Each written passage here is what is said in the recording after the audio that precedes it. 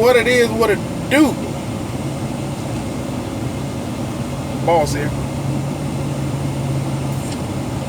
Peace and love, peace and love. May God have mercy on your evil soul. People don't be out here judging folks, characterizing people in some negative fashion based on your own preemptive damn decision, because you have no right. Look it up in the book of Matthew. Look it up in the book of Matthew. Judge not, man. Judge not.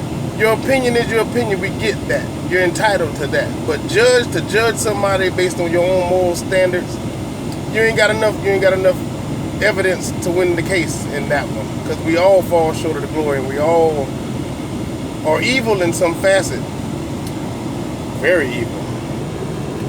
And I say that to say this.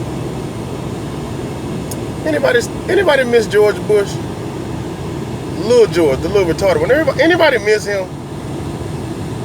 I miss him. He should have went right out of the presidency and right into comedy. Because I'm telling you, he got some stories to tell. How the hell he even got in there in the first place. Who all rigged it. And all the funny little stuff I'm sure that he had nothing to do with. And everything he did have to do with it. He had some stories to tell. George Bush, man.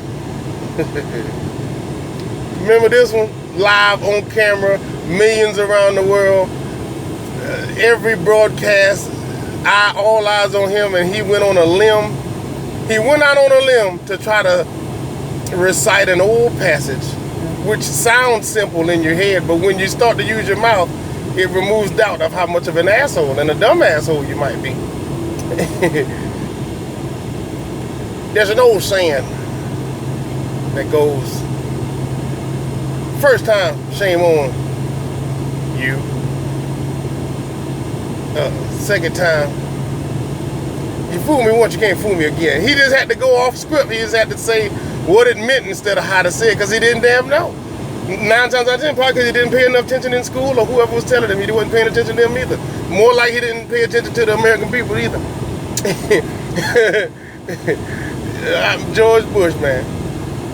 But I digress from that to go back to what he was trying to say. First time, shame on you. First time, shame on you for even trying me with that bullshit. Regardless of what it was. Trying to sell me something that you know was broke. Trying to give me something that you know you're going to need to get fixed, and you try to get full value for it. Some shit like that. You dig? And second time, shame on me for falling for it. You done tried me one time, and I let you get away with trying that bullshit again. Yeah, well then that's my fault. That's my fault, man.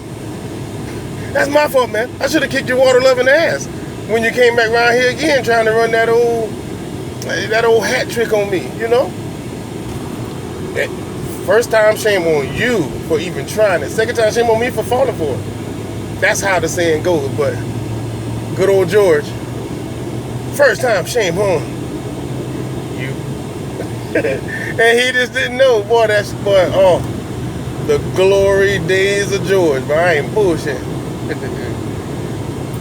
And I was talking, can I talk to you for a second? I was talking to my son. I have my youngest son is my biggest son. He's a baby giant. He's part panda. I don't know, he's a big guy. He's a big boy. He plays number 71, an offensive lineman for the Generals of Jacksonville. He's pretty damn good too. And he seems to be willing to focus enough to try to see if he can take that skill set somewhere. And I encourage him to do so, you know. And I started with, as most parents should, trying to get him in the habit of being responsible with his Montes, which he has nuntes. He has no Montes, but I give him some and allow him to execute responsibilities that help him prioritize the things he should spend it on and shouldn't spend them on. And then I monitor the account, then come back and question him about, okay, what about this purchase, what about this purchase, and what about what you said you need to do? Blah, blah, blah. Long story short, he fucks it up. He makes a mess of it. And I'm like, well, you know, I see several purchases here, and this is like food, you know, eat out food stuff. And he's like, yeah, well, you know, a lot of times, Dad, these are things that after practice, you know, I eat because I hadn't had breakfast. Now, damn it, First time, shame on you. Why the fuck don't you eat breakfast? If you have an answer and you can preemptively do something about it, there's really no reason. It's an excuse now. You know what I'm saying? You know what I'm saying? If I don't have you food at your house, if I don't provide the money for your mom to have you food, shame on me. Shame on me. But if the money hit on time every time, and I give you a little side piece of money, and you don't make use of the food, so now you have to spend the little money you have, shame on you. Shame on you. George Bush couldn't have been more righter. He couldn't have been more right. First time, shame on you. You know what I mean? Shame on you.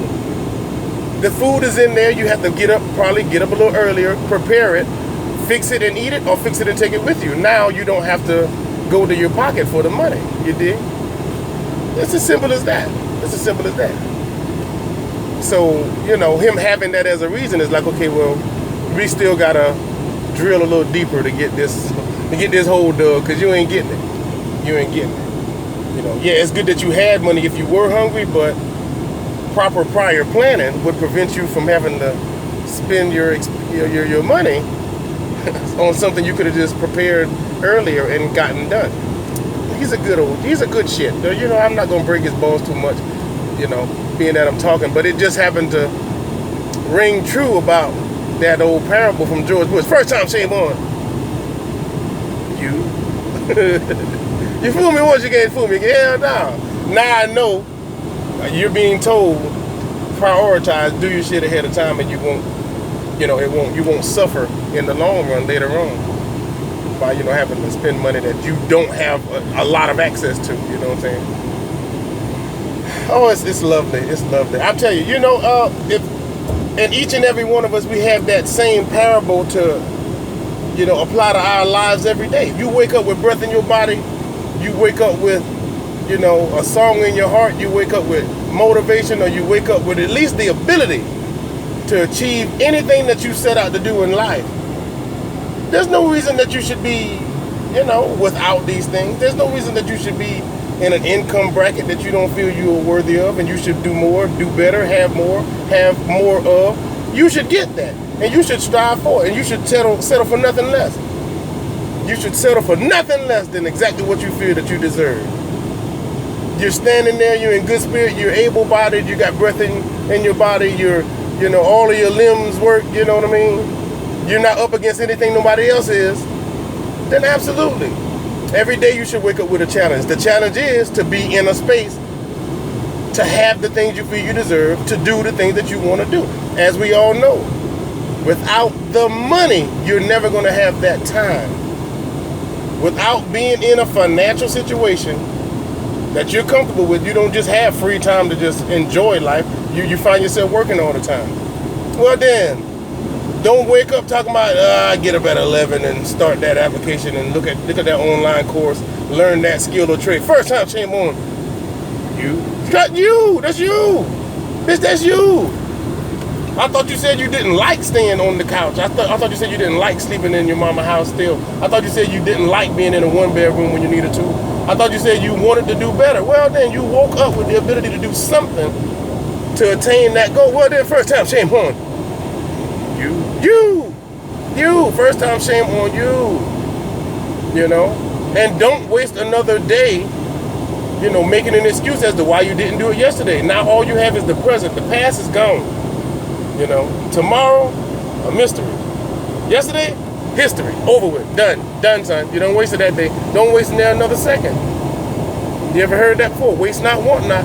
If you eat all your food, you should be full. But if you waste some, talking about, I don't want this, I'll wait till, shit, what if it ain't no next meal coming? Some of us have been there, and we know the value of a meal. Regardless of whether you liked it or not, it gave you what you needed to survive. Your funky ass better clean that plate, I know that much. Hell, how many parents done had their child sit there and look at that food till 11, 12, 1 o'clock, damn near falling asleep? You gonna eat that food, because we don't have it to waste. You got a brother and sister that would knock your ass out the chair and eat it for you, but damn it, we got to be fair in our proportion, because we don't have it like that. So just don't forget the fact that George Bush tried to teach you, first time, shame on you.